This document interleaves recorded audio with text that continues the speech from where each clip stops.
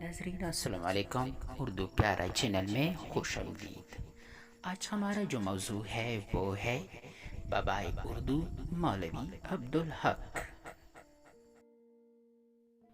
بابائے اردو مولوی عبدالحق بر صغیر ہند و پاک کے عظیم اردو مفکر، محقق، ماہر لسانیات، معلم اور انجمن ترقی اردو اور بانی اردو کالج۔ بابائے اردو مولوی عبدالحق کی خدمات سے کون واقف نہیں ہے؟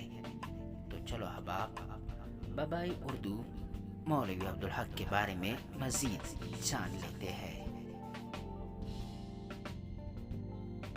بابائے اردو مولوی عبدالحق 20 اپریل 1970 کو سراوا ہاپوڑ، میرٹھ ضلع اتر پردیش، برطانوی ہندوستان میں پیدا ہوئے۔ مولوی عبدالحق کے بزرگ ہاپوڑ کے ہندو کائنس تھے، جنہوں نے عہد مغلیہ میں اسلام کی روشنی سے دلوں کو منور کیا، اور ان کے سپرد محکمہ مال کی اہم خدمات رہی۔ مسلمان ہونے کے بعد بھی انہیں مولوی عبدالحق کے خاندان کو وہ مراتب و معافیہ حاصل رہی جو مغلیہ دور کی خدمات کی وجہ سے عطا کی گئی تھی۔ بعد میں ان مراتب و معافیوں کو انگریز حکومت نے بھی بحال رکھا تھا۔ بابائے اردو مولوی عبدالحق نے ابتدائی تعلیم گھر پر ہی حاصل کی، پھر مزید تعلیم کے لیے میرٹھ میں پڑھتے رہے۔ 1894 میں علی گڑھ کالج سے BA کیا۔ علی گڑھ میں سر سید احمد خان کی صحبت میسر رہی، جن کی آزاد خیالی اور روشن دماغی کا مولوی عبدالحق کے مزاج پر گہرا اثر پڑا۔ 1995 میں حیدرآباد دکن میں ایک اسکول میں ملازمت کی۔ اس کے بعد صدر ممتحن تعلیمات ہو کر اورنگ آباد منتقل ہو گئے۔ ملازمت ترک کر کے عثمانیہ کالج اورنگ آباد کے پرنسپل ہو گئے، اور بعد میں 1930 میں اسی عہدے سے سبکدوش ہوئے۔ بابائے اردو مولوی عبدالحق نے جنوری 1902 میں آل انڈیا محمدن ایجوکیشن کانفرنس علی گڑھ کے تحت ایک علمی شعبہ قائم کیا تھا، جس کا نام انجمن ترقی اردو تھا۔ مولانا شبلی نعمانی اس ادارے کے سیکرٹری رہے تھے۔ 1905 میں نواب حبیب الرحمن خان شیروانی اور 1909 میں عزیز مرزا اس عہدے پر فائز ہوئے۔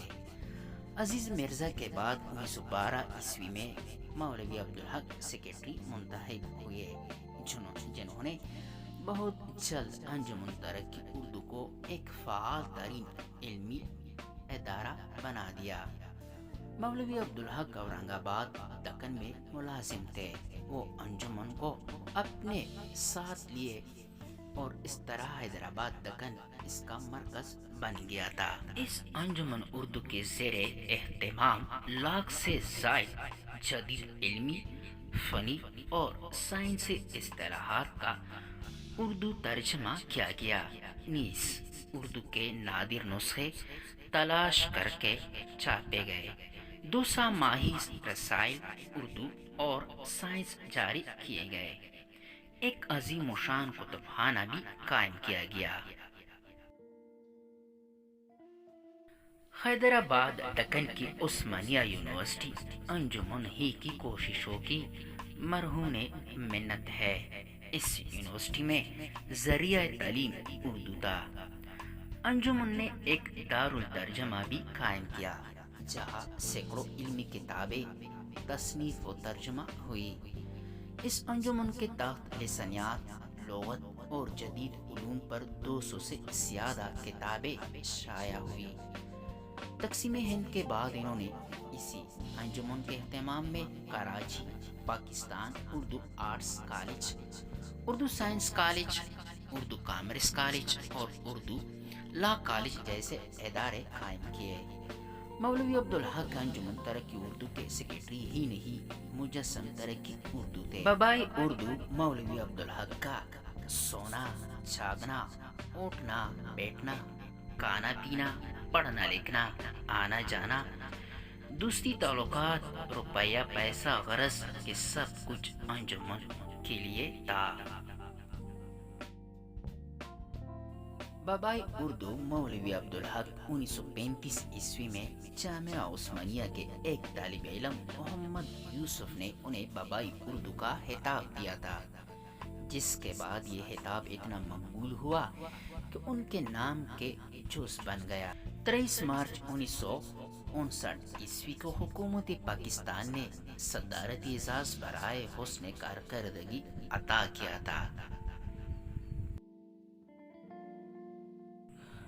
تصنیف و تالیفات: وہ کتابیں جو بابائے اردو مولوی صاحب نے خود لکھی یا جن کو تحقیق اور حواشی کے ساتھ شائع کیا تھا۔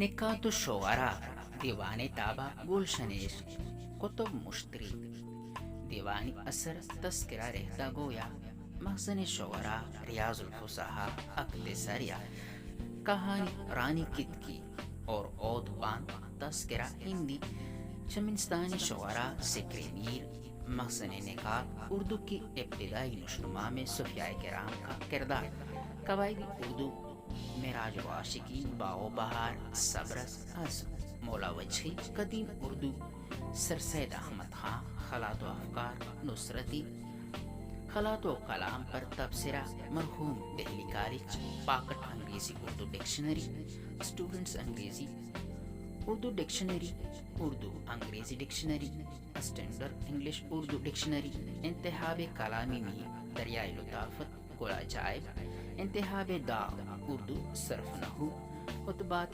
کارتاسا تتاسی، پاپولر انگلش اردو ڈکشنری، افکار حالی، پاکستان کی قومی و سرکاری زبان کا مسئلہ، سر آغا خاں کی اردو نواسی۔